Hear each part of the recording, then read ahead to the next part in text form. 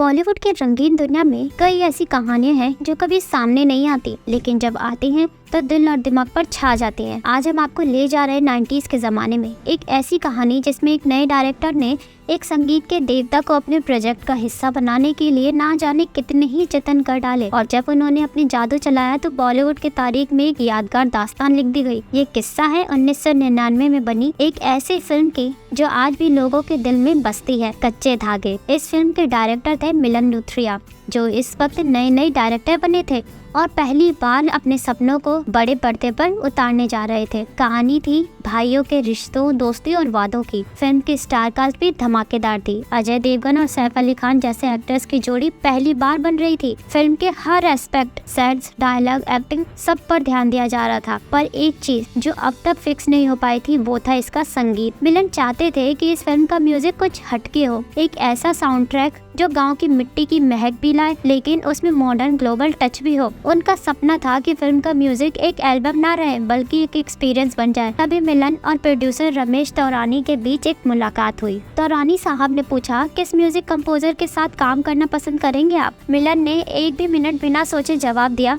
हमें कोई ऐसा म्यूजिक डायरेक्टर चाहिए जो इंडियन फोक और ग्लोबल म्यूजिक का मेल बना सके। और तब एक ऐसा नाम सामने आया जो सिर्फ हिंदुस्तान ही नहीं पूरे विश्व में संगीत का एक मिसाल था, नुसरत फतेह अली खान। लेकिन यहाँ पहली मुसीबत सामने आई। इनको ये खबर मिली कि नुसरत फतेह अली खान उनके साथ काम करने से मना कर चुके हैं। वजह भी कुछ अजीब थी। नुसरत साहब को ये लगता था कि एक नए डायरेक्टर के साथ उनका काम करना उनकी स्टैंडर्ड्स के बराबर नहीं है। वो अपने शौक और स्टैंडर्ड्स पर कोई समझौता नहीं करते थे। रमेश तौरानी ने तभी एक डिसीजन लिया, मिलन लंदन जाओ और नुसरत साहब से खुद मिलो, हो सकता है कुछ बात बन जाए। मिलन लुथ्रिया तुरंत लंदन जाने के लिए तैयार हो गए। वहाँ नुसरत साहब के घर के बाहर मिलन ने देखा लोग उनसे सिर्फ म्यूजिक के लिए नहीं बल्कि उनके ब्लेसिंग्स लेने तक आए हैं। ये देख मिलन को समझ आया कि वो सिर्फ एक म्यूजिक कंपोजर नहीं बल्कि एक संगीत के देवता के सामने खड़े हैं। मिलन की मुलाकात फाइनली नुसरत फतेह अली खान साहब से होती है। मिलन ने मुस्कुराते हुए पूछा, आपको मेरे साथ काम करने में कोई दिक्कत है क्या? नुसरत साहब ने एक ही लाइन में जवाब दिया, मैं आपके साथ काम नहीं कर सकता। ये शब्दों का असर मिलन पर बिजली की तरह पड़ा। मिलन ने सोचा कि अब तो सब कुछ खत्म हो गया, लेकिन अभी नुसरत साहब ने एक सवाल पूछा, तुम्हारा फेवरेट म्यूजिक कंपोजर कौन है? मिलन ने बिना सोचे विचार किए जवाब दे दिया, मदन मोहन। ये सुनते ही नुसरत साहब एकदम सीरियस हो गए। उन्होंने अपने शागिर्द को बुलाया और हारमोनियम लेकर आया और तब शुरू हुआ एक म्यूजिकल सेशन जो मिलन के लिए एक सपने से कम नहीं था। नुसरत साहब ने मदन मोहन के गाने जैसे लग जा गले के फिर हंसी रात हो न हो और नैना बरसे रिमझिम अब